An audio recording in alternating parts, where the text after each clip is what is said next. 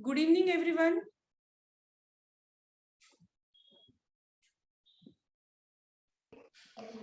Good evening, ma'am. Good evening, ma'am. So parents काम को लग गए? हाँ, मैम हम अब कुछ नहीं किया है, हमने बस आपकी गाइडेंस कर रहे हैं। नहीं, आज की मीटिंग में पेरेंट्स अटेंडेंस है, इसका मीनिंग कि पेरेंट्स काम को लग गए। हाँ, अभी से शुरू होगा। चलो बढ़िया है। So first of all congratulation to all of you. Parents की भी बहुत मेहनत है। भूमि बाबा, मैं पूरा एनवायरमेंट हो चुका था घर में जब बेचारे सेकेंड लेवल की प्रिपरेशन कर रहे थे बच्चे। इतना पीयर प्रेशर उनपे कि अब मम्मी पापा भी हमारे साथ प्रिपेयर कर रहे हैं, अब हम लोगों को क्वालिफाई होना ही पड़ेगा। सब उस जर्नी से बेचारे बच्चे पास ऑन होके थर्ड फोर्थ लेवल में पहुंच गए हैं। सो पेरेंट्स को भी कॉन्ग्रेचुलेशन एंड स्टूडेंट्स को भी कॉन्ग्रेचुलेशन। सो मैं चाहती हूँ प्लीज एक कैमरा ऑन रहा तो मजा आएगी इंटरेक्शन में, थोड़ा सा मुझे भी समझ में आएगा कि मैं जो एक्सप्लेन कर रही हूँ आप तक रीच हो रहा है नहीं हो रहा है। तो please on your camera. Yes ma'am, आपका है? यस।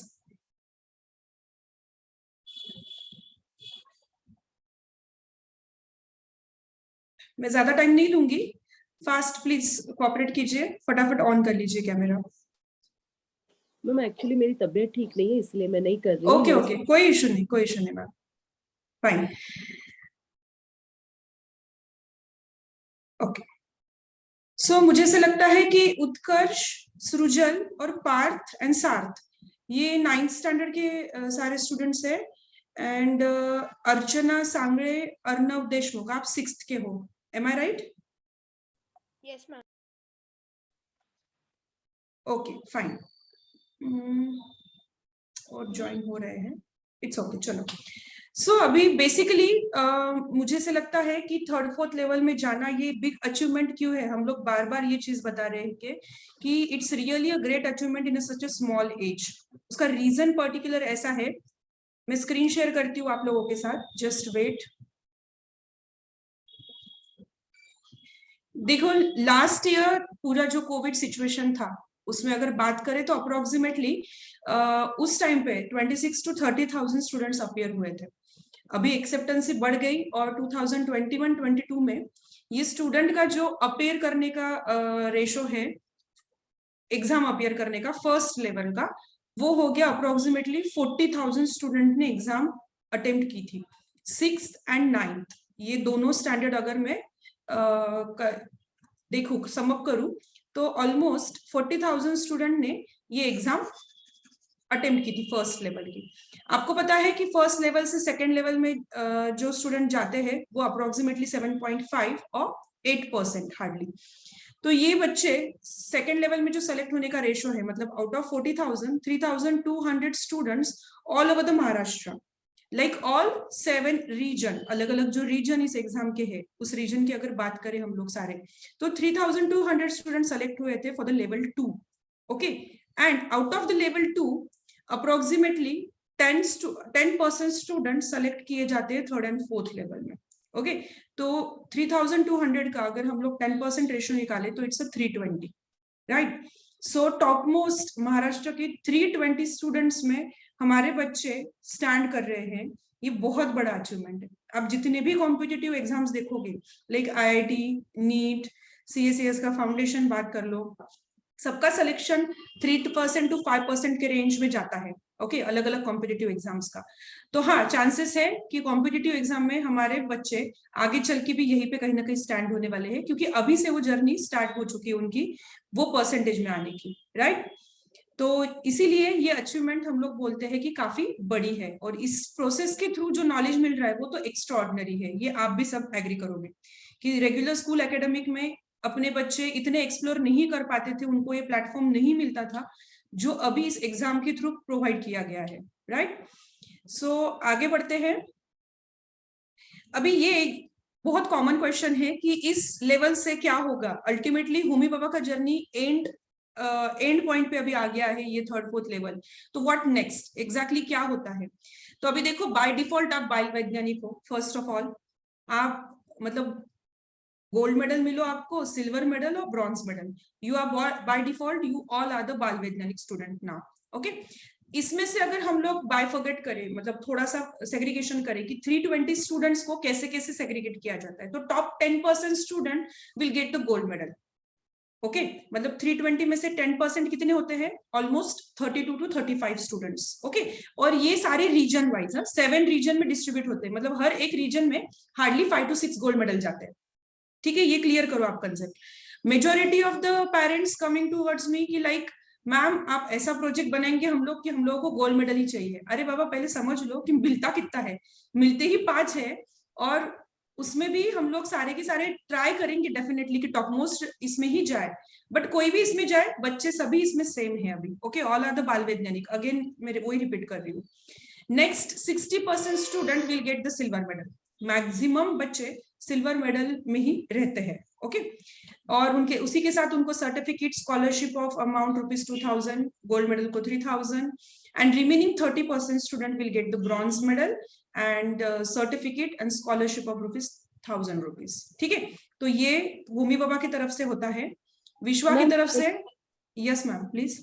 मैम मतलब मुझे जो है ना ये पूछना है कि अभी जो ये बच्चे सिलेक्ट हुए हैं, तो कल आपका जो लिस्ट महाराष्ट्र, पूना से इतने, बॉम्बे से इतने, थाना से इतने, तो पार्थ को जो ये 320 बच्चे सिलेक्ट हुए वो पूना से हुए हैं, वही उससे ही साथ कंपटीशन करना है कि उसको मुंबई के लोगों के साथ भी करना है, थाना के लोगों के साथ भी करना है? और नो मैम, मैंने जो रेशो मतलब मैं कैलकुलेशन बताया, मैंने ऑल ओवर महाराष्ट्र के बारे में बताया, रीजन वाइज नहीं सेपरेट किया है मैंने। बट जो बच्चा जिस रीजन का है उसी रीजन के बच्चों के साथ कॉम्पीट करेगा। Okay, for example you are from Poona region, तो पूना रीजन में ऑलमोस्ट 40 स्टूडेंट सेलेक्ट हुए होंगे for the 3rd and 4th level, तो वो उसी बच्चों के साथ कॉम्पीट करेगा सिर्फ। अच्छा, पूना Okay, बॉम्बे it's नहीं कर पूरा जर्नी होमी बाबा का रीजन वाइज ही चलता है from 1st level. Okay okay okay okay, मतलब औरंगाबाद रीजन के बच्चे औरंगाबाद रीजन के बच्चों के साथ ही कॉम्पीट करेंगे। ओके ओके, क्योंकि Okay? बॉम्बे का हाई था, तो बस मुझे वही पूछना था, क्योंकि नहीं वहां नहीं, कट ऑफ इसीलिए रीजन वाइज कट ऑफ निकलते हैं ना, कि वही रीजन का बच्चा वहां पे कहाँ पे स्टैंड हो रहा है, ये समझ पाए। ठीक है, thank you ma'am, thank you. Yes, okay.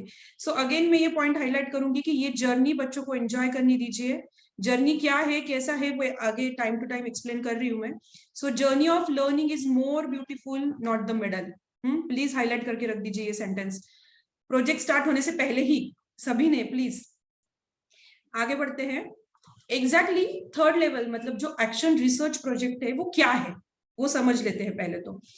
Name suggest करता है कि action research project. Okay, means हमारी एक्शन दिखनी चाहिए हमारे रिसर्च प्रोजेक्ट में, हम लोग कितना इन्वॉल्व है, हम लोगों ने एग्जैक्टली कितना वर्कआउट किया है उस प्रोजेक्ट के लिए, जो भी आप सेलेक्ट करते हो, तो आपका एक्शन इटसेल्फ सारी चीजें बताता है। ओके, तो एग्जैक्टली इस लेवल से हम लोगों को क्या क्या गेन होगा या क्या नई चीजें सीखने मिलेगी। तो सबसे पहला ये लेवल हम लोगों को प्रोवाइड करता है वन प्लेटफॉर्म, जहां पे हम लोग खुद करते हैं और खुद करके सीखते हैं, to do and learn.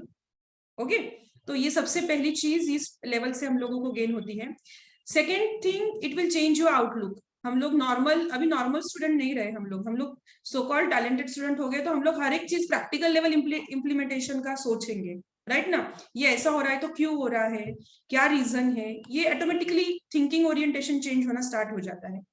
To learn the scientific principle from day to day life. Okay, ये तो आपने 2nd लेवल में भी एक्सपीरियंस किया होगा कि सिंपल सिंपल चीजों से हम लोग पता कर सकते थे, या हम लोग एप्लीकेशन करते थे कि बाबा इससे क्या हो रहा है, कैसे हो रहा है। ऑर्गेनाइजेशन स्किल डेवलप करना, ये तो लाइफ टाइम स्किल है, सभी चीजों में काम में आने वाली, not only education, management skill भी उतनी ही इंपॉर्टेंट होती है in every field. Okay, and सबसे इंपॉर्टेंट ये वर्क करता है on one principle, if you want it done right, आपको लग रहा है कि चीज राइट हो, तो सबसे पहले खुद करना सीखो वो चीजों को, राइट, या खुद करो। बहुत बार ऐसे निकल जाता है कि यार ये ऐसा क्यों है, इतना गंदा क्यों करते हैं लोग, इतना पोल्यूशन क्यों क्रिएट करते हैं, बट तुम खुद उसके लिए क्या करते हो, ये सबसे पहले इंपॉर्टेंट चीज है ना। So if you want to done it right, you may as well do it yourself. ठीक है, खुद करना सीखो सारी चीजें। तो अभी देखो, जब भी आप कोई भी प्रोजेक्ट टॉपिक सेलेक्ट कर रहे हो, आपका 6th और 9th का दोनों अलग अलग टॉपिक है, मैं उसमें जाऊंगी अभी आगे डिटेल में, बट सबसे पहले ध्यान में रखना कि keep the social cause in mind. सबसे इंपॉर्टेंट है आपके नॉलेज का सोशल बेनिफिट कितना है और क्या है, ये आपको चॉकआउट करके रखना पड़ेगा, राइट। देखो कितना ब्यूटीफुल जर्नी है। फर्स्ट लेवल में आपने पहले थ्योरी पूरी अच्छे से रीड कर ली, उसको समझ लिया। सेकेंड लेवल में आपने क्या किया, उसको क्रॉस चेक किया कि हाँ बाबा ये सीरियसली ऐसे वर्कआउट होता है या नहीं होता है। अभी थर्ड फोर्थ लेवल में क्या है स्मार्टनेस, कि ये सब कुछ आपको नॉलेज गेन हो गया है, बट आप सोशल पीपल के लिए कितना बेनिफिशियल चीज दे पा रहे हो, आपके नॉलेज का किस वे से इम्प्लीमेंटेशन कर पा रहे हो, वो उन लोगों को देखना है। ठीक है, सो सोशल कॉज अगर माइंड में रखना है तो उसके लिए क्या सीखना पड़ेगा, we have to observe our surrounding carefully. उसी में ही हम लोगों को प्रॉब्लम्स दिखाई देते हैं और उसका ही सॉल्यूशन हम लोगों को पुट फॉरवर्ड करना है आगे। ठीक है, सो गो बाय योर ओन वे, सबसे इंपॉर्टेंट है। यहाँ पे क्या होता है, अभी बहुत आपको मतलब हम लोग बोलते हैं ना कि सल्ले देणारे खूप भेटतात, तू हे असं कर, तू ते तसं कर, आमच्या वेळेस तर हा सिलेक्ट झाला होता त्याने तसं केलं होतं, इट्स ओके, सुन लेना सबका, बट खुद का वे ही प्रॉपर हो, मतलब एक चॉकआउट करना चाहिए और वो वे पे ही आपने स्टिक होना चाहिए, ना कि इस प्रोजेक्ट में इसने ऐसा टर्नअप लिया है तो हम भी वैसा ही करें या कुछ एनीथिंग। किसी के साथ कंपेयर मत करो, आपके वे से जाओ, बट इतना है कि आप जब आपका वे फाइंड आउट कर रहे हो उसके लिए सॉलिड रीजंस चाहिए उसके लिए आपके आपके पास। और सेकंड थिंग कि वो उतना ही इफेक्टिवली एग्जीक्यूट भी होना चाहिए वो वे आपका। ओके, सेकंड, सारे एसेट अवेलेबल जो है आपके सराउंडिंग में सारे यूटिलाइज करो। आपके स्कूल टीचर, आपके फैमिली में जो भी थोड़े से एजुकेटेड लोग हैं जिनका आप मतलब लगता है ना इन्फ्लुएंस है, या फिर सोशली अच्छे रेप्यूटेड प्लेस पे है, वो जो अच्छा ओपिनियन दे सकते हैं आप लोगों को, सारे एसेट अवेलेबल जो भी है आपके सराउंडिंग में सबको यूटिलाइज करो। ठीक है, मैं अगेन बोल रही हूँ, सुनना सबका, करना अपने अपने ही वैसे। ठीक है, keep in mind if you do it it will do the best. Library project avoid करो। किसी का 2-4 साल पहले ऐसा ही कुछ टॉपिक था, उसी ने इसी वे में किया था, हमको मिल गया, हमने चिपका दिया, प्लीज डोंट डू दैट। फिर वो मतलब जर्नी का मजा ही खत्म हो जाएगा। सो प्लीज ऐसा मत करो। जब खुद हो के छोटा सा एकदम सिंपल टॉपिक लो, बट जब खुद करोगे ना उसका सेटिस्फेक्शन और उसका कॉन्फिडेंस बहुत ज्यादा अच्छा रहेगा कंपैरेटिवली कोई भी लाइब्रेरी प्रोजेक्ट उठा के डाल दिया तो। सो प्लीज ऐसा मत करना। हाँ, तो जो भी टॉपिक आप सेलेक्ट कर रहे हो, ये 4 थिंग्स आप डेफिनेटली माइंड में फिक्स कर लो आपके, कि आपको इस वे में सोचना है और इसी वे में जाना है। ओके, नेक्स्ट थिंग, क्या क्या एक्शन रिसर्च के फुट स्टेप होते हैं। ठीक है, जैसे हम लोग बोलते हैं ना कि कोई भी टॉपिक हम लोगों को सेलेक्ट करना है तो किस किस वे में जाना चाहिए या कैसा एग्जीक्यूट करना है ये पूरा प्रोजेक्ट हम लोगों को। तो सबसे पहले जैसे मैंने बताया कि सराउंडिंग को ऑब्जर्व करो, identify the problem at your place particularly, आप जिस भी रीजन में हो आपके सराउंडिंग में जो प्रॉब्लम आपको समझ में आ रहे हैं वो आप चॉक आउट करो related to your topic. Collect the information, we can say that the data to information. ठीक है, इंफॉर्मेशन कलेक्ट करने के बहुत अलग अलग सोर्सेस होते हैं जो हम लोग टाइम टू टाइम आपको बताएंगे। Then you can add the what task you can do in that. You can add some interviews of the specialist people of that. Okay, survey. You can add the field visit. Okay, इसके सारे references आपको attach करने पड़ते हैं thesis में। हाँ, आपको photographs और वो सारी चीजें लेनी पड़ती है। और अभी तो सारा ऑनलाइन है, डिजिटल मीडिया का यूज आपको पता है कितना पावरफुल है, तो सारी चीजें यूटिलाइज करना है हम लोगों को यहाँ पे। Analyse the problem, exactly problem क्या है आपके लेवल पे, आप ये एनालाइज करो, ना कि मम्मी पापा एनालाइज करेंगे, बच्चे एनालाइज करेंगे इसको। हाँ प्लीज, आप बहुत ऐसा होता है पेरेंट्स का, काश मुझे ऐसा कुछ मिल जाता था प्लेटफॉर्म तो मैं कितना कुछ कर सकती थी, तो अभी बच्चे का है तो मैं कर लूं। प्लीज ऐसा मत करना, उसके लेवल से उसको सोचने देना, उसके लेवल से उसको सारी चीजें कंडक्ट करने देना। Propose one plan of action. Okay, इसमें हम लोग डेफिनेटली हेल्प करेंगे आपको कि एक्शन प्लान कैसा होना चाहिए। Conduct some simple experiment for that, get the result out of that experiment and conclude them, get a solution. Get a solution means like possible remedial measures, क्या क्या हो सकते हैं उस प्रॉब्लम के। ओके, तो अब ये एक एग्जांपल देके मैं समझाती हूँ आपको। फर्स्टली हम लोग थोड़ा आगे जाएंगे कि सबसे पहले आपका टॉपिक क्या है। ओके, हम लोग उसकी इसमें अभी एंटर करते हैं। मैं 6th का टॉपिक आपको एक 10 मिनट्स में बता देती हूँ 6th वाले स्टूडेंट्स को, एंड देन फिर 9th का टॉपिक आपको एक्सप्लेन कर देती हूँ। Okay, just wait a minute. Okay, so 6th standard students, आपके लिए आपका प्रोजेक्ट टॉपिक है tree outside the forest. Okay, to expand the tree cover. अभी आप बोलोगे कि ट्री तो क्या बहुत सिंपल है, इसका क्या करना है हम लोगों को, तो कैसे करना है क्या करना है मैं बताती हूँ आपको। ट्री का इंपॉर्टेंस सभी को पता है कि क्या क्या चीजें हम लोगों को ट्री से मिलती है। We get the food, we get the shelter, we get the number of things like fuel, then infrastructure development जब होता है उस टाइम पे भी ट्री का मतलब एक अर्बनाइजेशन जब होता है उस टाइम पे ट्री जब कटविट होती है उसके जो मिसयूज है, हम लोग बोलेंगे कि डिफॉरेस्टेशन की वजह से जो प्रॉब्लम क्रिएट होते हैं वो कम कर सके हम लोग, इसीलिए हम लोगों को ट्री प्लांटेशन लार्ज लेवल पे लेके जाना है। ओके, बट इसका कंसेप्ट क्या है, देखो कि आप बेसिकली आपको करना क्या है इस ट्री कवर एरिया में। सबसे पहले देखो, carry out the afforestation on all degraded abandoned barren land जो होती है, अनयूटिलाइज लैंड, आप वहां पे क्या कर सकते हो, इसका कितना हम लोग अफॉरेस्टेशन कर सकते हैं, मतलब ट्री प्लांटेशन हम लोग वहां पे किस वे में जा सकते हैं। ठीक है, ये ऑब्जेक्टिव हो सकता है आपका। एक establish the linear tree plantation of fast growing species on side of public roads. ठीक है, ऐसे कुछ प्लांट सेलेक्ट करना कि जो पब्लिक रोड्स में साइड में लगे, फास्ट ग्रो हो सके उनका मिनिमम वाटर लगे उनको, ऐसे कुछ प्लांट सेलेक्ट करके हम लोग वैसा कुछ कर सकते हैं कि हमारे नियर बाय एरिया में। ठीक है, आप ये सोच सकते हो। Next is to create the green belts in the urban and industrial areas. Okay, मतलब हम लोग जहां रह रहे हैं वहां पे एक डेंस फॉरेस्ट कंसेप्ट अभी काफी चल रहा है, आपने में भी एक्सपीरियंस भी किया होगा आपके सराउंडिंग में। डेंस फॉरेस्ट ये ऐसा कंसेप्ट है कि छोटे से पीस ऑफ लैंड पे हम लोग ट्राई कर रहे हैं कि फॉरेस्ट में जैसे होते हैं ना अलग अलग layers of the tree, like lower level, ground level tree, then middle one, then upper layer canopy जो बनता है, तो वो डेंस फॉरेस्ट अपने एरिया में, नियर बाय एरिया में हमने डेवलप करना, जहां पे एक छोटी सी पीस ऑफ लैंड में हम लोग वो कर सकते हैं। ठीक है, then create the shelter belt for the shelter from the wind and sun, establish the farm forestry, ये एक अप्रोच हो सकता है आपका। Then raise the flowering tree and shrub to serve as a recreation, ये एक अप्रोच हो सकता है आपके सराउंडिंग में। Encourage the people participation in conservation of tree and biodiversity.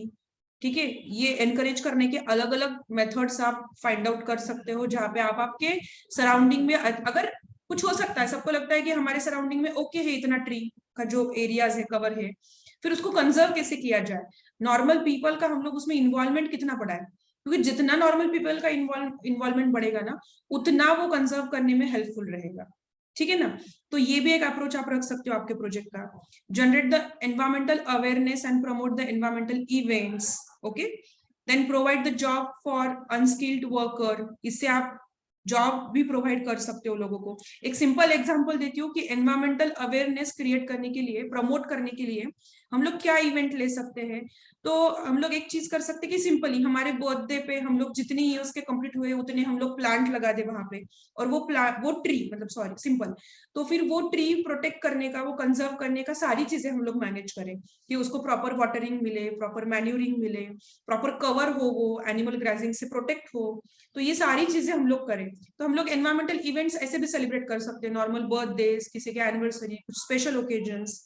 Okay, and ultimately ये सब करने की वजह से क्या होने वाला है कि standard of living and quality of life ultimately बढ़ने वाला है सराउंडिंग में। ठीक है, तो कंजर्व करने की इफेक्टिव वे देखो यहाँ पे उन्होंने दिए हुए कि हम लोग कुछ रूल्स सेटअप कर सकते हैं उसके लिए। ठीक है, एग्जिस्टिंग प्लांट को प्रोटेक्ट कर सकते हैं, एग्जिस्टिंग प्लांट की पूरा डाटा कलेक्ट कर सकते हैं कि हमारे एरिया में कितने प्लांट्स है, कौन से वेराइटी के हैं, कौन से किंगडम से वो बिलोंग करते हैं, मतलब जो अभी होता है ना कि बड़े बड़े जो ट्रीज होते हैं बहुत ओल्ड एज वाले, तो वो कौन से किंगडम से बिलोंग कर रहे हैं, उनका क्या स्पेशलिटी है, we can collect that data, और वो डाटा हम लोग फिर लोकल पीपल को बेनिफिट होने के लिए भी पब्लिश कर सकते हैं बाहर। तो हम लोग अलग अलग अप्रोच दे सकते हैं हमारे प्रोजेक्ट को ये ट्रीज के ऊपर ही। तो सबसे पहले देखो, अब यहाँ पे उन्होंने कुछ एग्जाम्पल्स दिए गए हैं कि एग्जैक्टली क्या कर सकते हो, some examples. Okay, see here, prepare an architectural plan for a tree plantation as per the local need। ठीक है, आप ये प्लान कर सकते हो आपके एरिया में। Select an area and plan for the plantation of indigenous variety of plant, ये सबसे इंपॉर्टेंट चीज है। हम लोग अगर कोई फॉरेन कंट्रीज का ओरिजिनेटेड वाला प्लांट ले और लगाने की कोशिश करें तो उसको टाइम लगेगा सराउंडिंग में ग्रो होने के लिए। तो इंडिजिनियस वेराइटी जितनी रहेगी उतना फास्टली ग्रो होगा, उतना हमारे लिए बेनिफिशियल रहेगा। जैसे देवराई पुराना कंसेप्ट है, देखो देवराई बनाते थे, नक्षत्र गार्डन है एक है, ओके, थीम पार्क है, टेरेस गार्डन है, मल्टीलेयर फार्म है, गार्डन है, मियावाकी फॉरेस्ट मेथड है, ये डिफरेंट टाइप ऑफ मेथड है of tree plantation. Hillock method हम लोग बोल सकते हैं, बैरन लैंड पे जो ग्रो किए जाते हैं।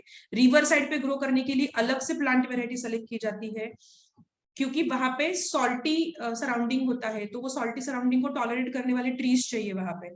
इसलिए रिवर बेल्ट के सराउंडिंग में कौन से ट्री लेंगे? हाँ, अगर आप रिवर साइड या पॉन्ड साइड है आपका एरिया, लोकेशन जहाँ रह रहे हो आप, वहां पे सोच सकते हो। जैसे कोई हरसुल रह रहा है औरंगाबाद में, और वो हरसुल के जो लेक है उसके सराउंडिंग में समझो आपने सोचा है कि हम लोग वहां पे एक्सपांड करें हमारा ट्री कवर एरिया, तो आप ऐसे प्लांट्स सेलेक्ट कर सकते हो वहां पे, ठीक है। Then implant the maintenance strategy to water, grow, mulch and protect the existing tree.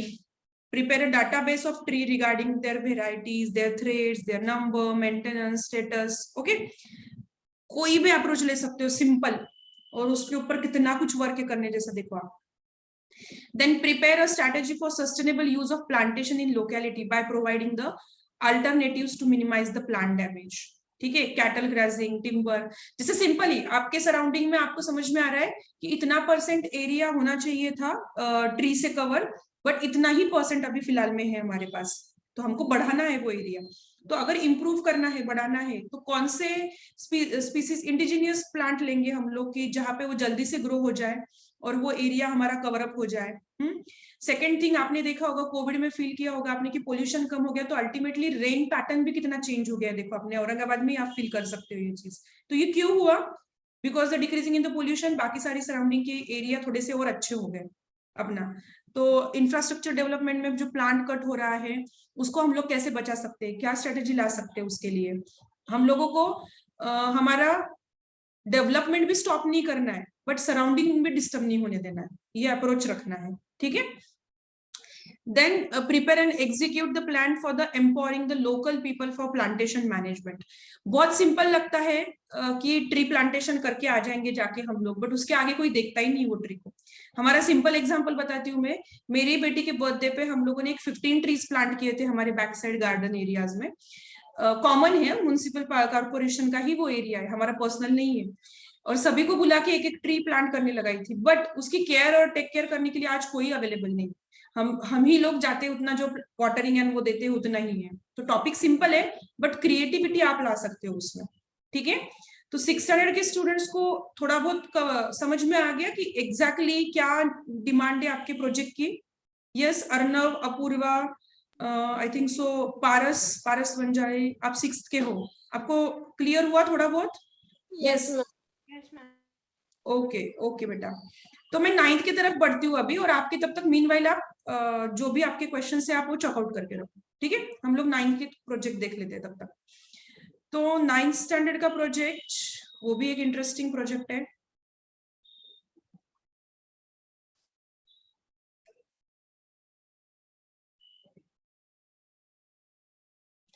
Immunity boosters.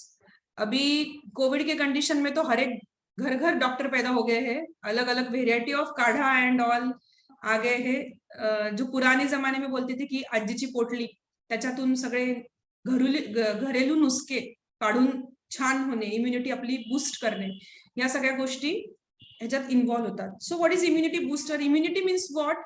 तो सिंपल थिंग है कि हमारी बॉडी को, हम लोगों को इतना फिट रखना है कि कोई भी डिसीज आए हम लोग उसके अगेंस्ट फाइट कर पाए। It's simple thing. Natural immunity every person को होती है।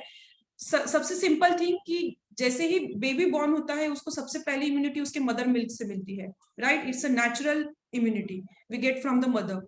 बट ये इम्यूनिटी कंटिन्यू वैसे रहती नहीं है, किसी के मतलब बहुत ही ससेप्टेबल होता है कुछ पर्टिकुलर डिसीज के लिए, कोई अच्छा अपना खुद का हेल्थ मेंटेन करता है कि वो उसकी इम्यूनिटी पावर बहुत अच्छी होती है। तो अभी अल्टीमेटली क्या करना है, हम लोगों को ऐसा कुछ कॉम्बिनेशन बनाना नहीं है खुद को कि जहाँ पे बहुत कुछ आउटस्टैंडिंग क्रिएट हो। सिंपल थिंग करना है कि हम लोग घर से ही छोटी छोटी चीजों का इन्वॉल्व, स्पाइसेस बोलो, अपने फ्रूट्स वेजिटेबल्स बोलो, इसका यूटिलाइजेशन करके इसमें क्या पावर है कुछ पर्टिकुलर वेजिटेबल में, कुछ पर्टिकुलर फ्रूट्स में, कुछ पर्टिकुलर स्पाइसेस में, कि जो अपनी इम्यूनिटी बूस्ट करने के लिए हेल्प करता है।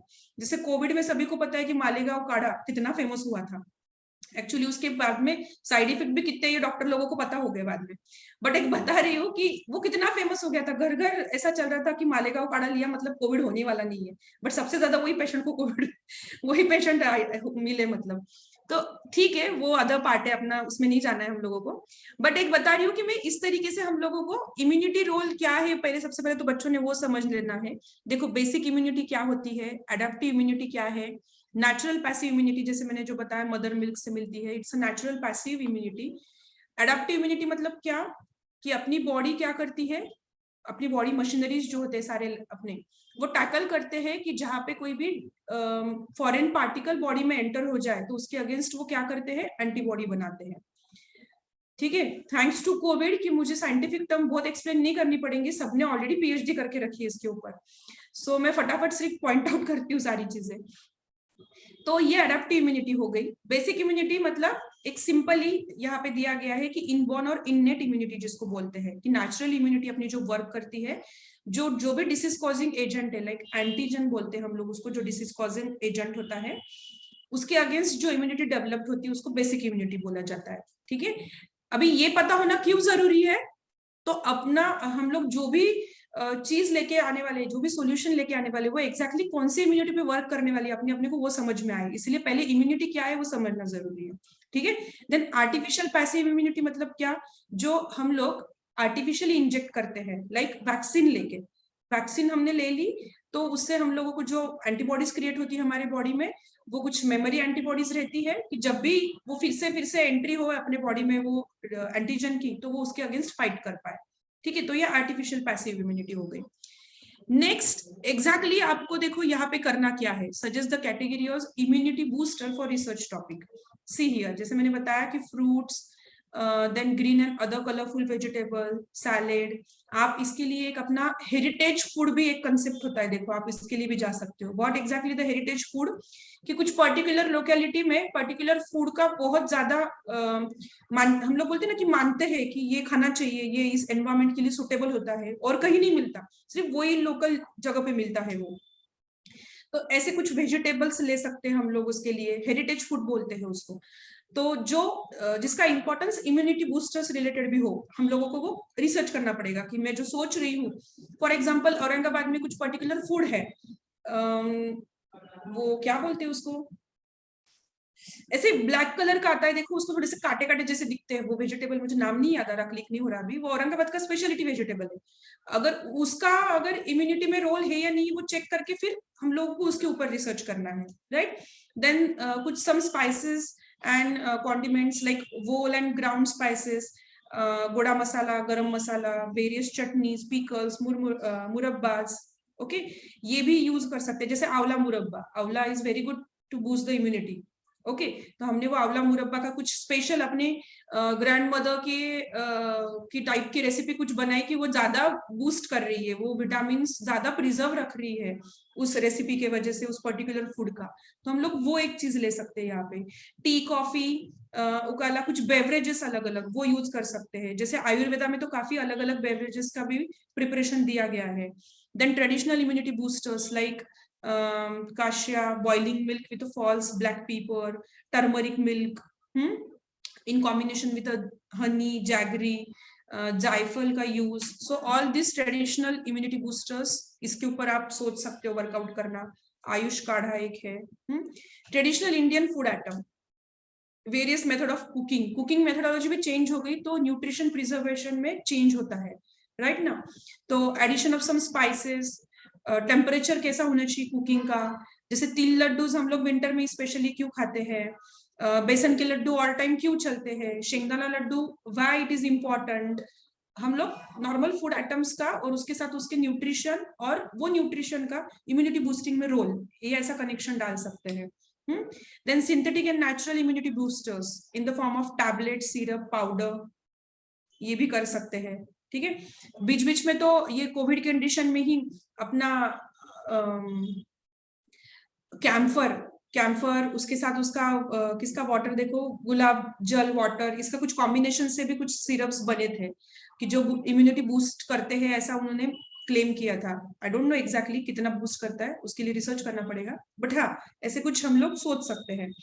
देन मेडिटेशन, ओके, जॉगिंग और brisk walking, swimming, outdoor sports, सभी को पता है कि इम्यूनिटी बूस्ट करने में अपनी हेल्थ एक्सरसाइज का कितना बड़ा रोल है।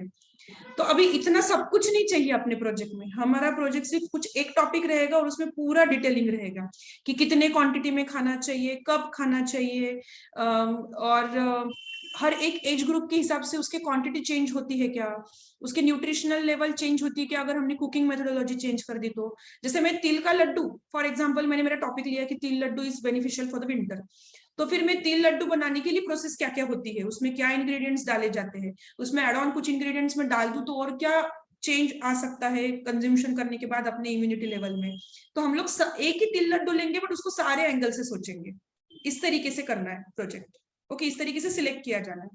तो काफी इंटरेस्टिंग है ये। ओके, जैसे यहाँ पे उन्होंने और एक एग्जांपल दिया है, देखो कि study of effectiveness of traditional use of turmeric and jaggery in controlling the throat infection.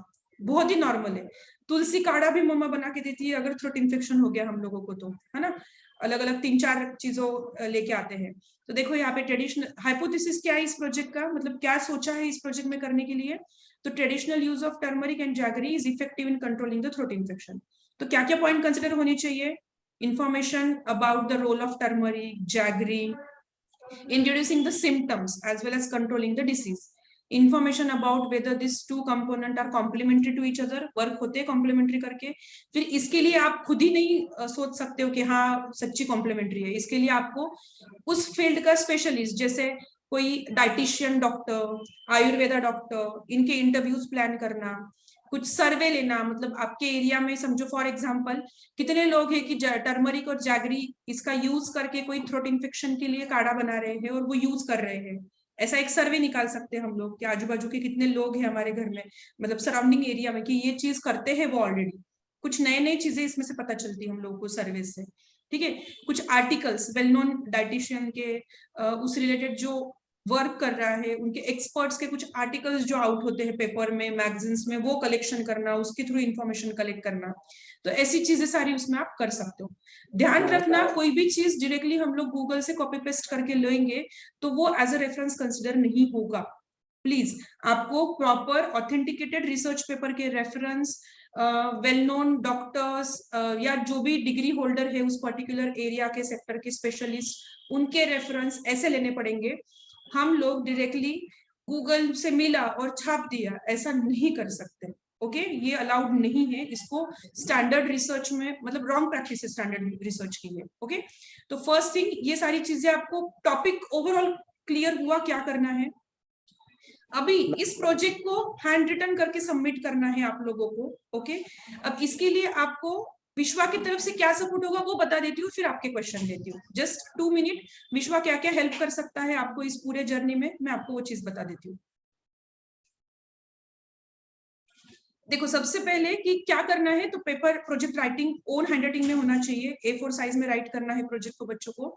ठीक है, सेकंड थिंग कि जो उन्होंने कुछ ऐसे ये हियरार्किकल लेवल दिए हैं राइटअप के, वो आपको मेंटेन करते चलना है। जैसे फर्स्टली इंट्रोडक्शन आना चाहिए, फिर आपने प्रोजेक्ट टॉपिक जो सेलेक्ट किया क्यों किया, reason behind that, that is a statement of necessity. फिर आपका project plan according to weekly plan दे सकते हो आप, डेट वाइज प्लान पुट कर सकते हो कि आज से मैंने प्रोजेक्ट स्टार्ट किया और मैं 15 अप्रैल तक सबमिट करने वाली हूँ, तो डेट वाइज हम लोग जा सकते हैं कि इस डेट पे मैंने ये कलेक्ट किया, इस डेट पे मैंने इसका इंटरव्यू लिया, लाइक दैट। देन अपना प्रोसीजर क्या है, मतलब एग्जैक्टली क्या वर्क करने वाला है वो अपना प्रोसीजर रहेगा। फिर सर्वे से कुछ ऑब्जर्वेशन मिलेंगे, इंटरव्यू से कुछ ऑब्जर्वेशन मिलेंगे हम लोगों को, वो हम उसमें पुट करेंगे। एनालिसिस जाएगा बाद में, और फिर बाद में अपने प्रोजेक्ट का ओवरऑल कंक्लूजन निकलेगा, और हमारे लेवल पे हम लोग क्या क्या नए थिंग्स पुट कर सकते हैं इसमें, वो रिमेडियल मेजर में आएगा। ठीक है, तो ये टाइम टू टाइम मैं एक्सप्लेन करूंगी, अभी सब कुछ ओवरडोज होगा मैं एक ही साथ सब बता दूं तो बट इतना ये हियरार्की लेवल अपने को मेंटेन करना है व्हाइल राइटिंग द प्रोजेक्ट। 15 अप्रैल को प्रोजेक्ट सबमिशन है, मुझे लगता है 2 इंटरव्यू प्लान रखे उन्होंने। फर्स्ट आपका जनरल इंटरव्यू है 17 अप्रैल को, एंड देन 24 अप्रैल को आपका प्रोजेक्ट इंटरव्यू है। ऐसे 2 अलग अलग डेट में इंटरव्यूज दिए गए हैं आपके। ध्यान में रखना, आपको कोई भी चार्ट्स, कोई भी वर्किंग मॉडल, ये बिल्कुल भी सपोर्टिंग मटेरियल अलाउड नहीं है। आप ऑनलाइन इंटरव्यू देने वाले हो, आपका थीसिस ऑलमोस्ट 15 डेज पहले ही उनके पास सबमिट हो जाता है, वो थीसिस का लाइन टू लाइन पढ़ते हैं। आप सोचोगे इतने सारे बच्चे थोड़ी मेरा देखने वाले हैं, but trust me everything they read, हाँ लाइन टू लाइन रीड किया जाता है। तो कोई मॉडल, कोई चार्ट्स कुछ भी आपको सपोर्टिव में देना नहीं। ठीक है, आपको समरी प्रेजेंट करना है एक्सपर्ट के सामने, और उसके रेफरेंस से कुछ फोटोग्राफ्स अटैच करने हैं, दैट्स इट। बाकी कोई भी वर्किंग मॉडल, चार्ट्स, इधर उधर का कुछ भी चीज चलेगा नहीं। प्रोजेक्ट ग्रेडिंग किस वे से करते हैं वो लोग? तो सबसे पहले आपका topic selection, statement of necessity क्या है आपके प्रोजेक्ट की, उस एरिया के लिए वो अपील कर रहा है नहीं कर रहा है, ये आपका देखा जाएगा। आपके इंटरव्यू में आपकी बॉडी लैंग्वेज, आपने अगर खुद प्रोजेक्ट किया है तो आपकी बॉडी लैंग्वेज वो बता देती है इजीली, तो आपके बॉडी लैंग्वेज से ग्रेडिंग की जाएगी। आपका प्रेजेंटेशन का स्किल, आपके टू द हम लोग बोलते हैं ना कि up to the mark answering, vague answering नहीं, up to the mark answering. And is it in action project, जैसे बताया कि ये एक्शन प्रोजेक्ट है तो your involvement must be seen during the complete project, ठीक है। तो ये आपका डेफिनेट है। 10th मार्च से हम लोग स्टार्ट कर रहे हैं विश्वा to give the support till 15th April, approximately more than 1 month होता है ये। यहाँ पे आपको टॉपिक सिलेक्शन में हेल्प किया जाएगा। प्लीज मुझे कल फोन करके ये मत पूछना कि हम कौन सा टॉपिक ले, आप पहले सॉर्ट आउट करो। मिनिमम 4 to 5 टॉपिक्स आपकी तरफ से सॉर्ट आउट होके मेरे पास आने चाहिए कि हाँ हमने ये सोचा है, इसमें से कौन सा बेस्ट रहेगा, that definitely we will suggest. But हम लोग कोई भी रेडीमेड टॉपिक किसी को भी नहीं देते हैं। रीजन इज दैट बच्चों को प्रोजेक्ट बच्चों का खुद का लगना चाहिए कि हाँ मैंने स्टार्टिंग से वर्क किया इस चीज के लिए।